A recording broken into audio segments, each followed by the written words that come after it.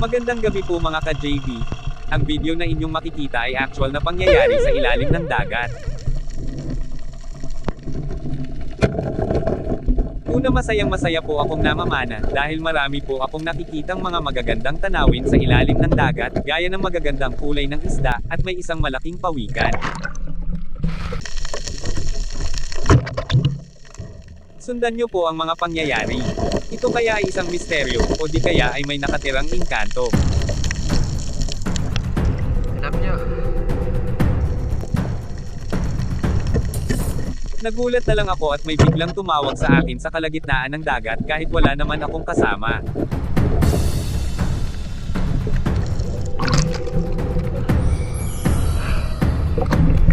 Kaya na naman oh.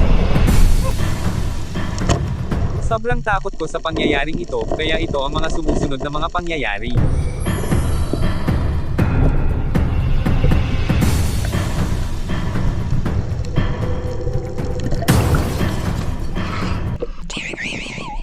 Ha?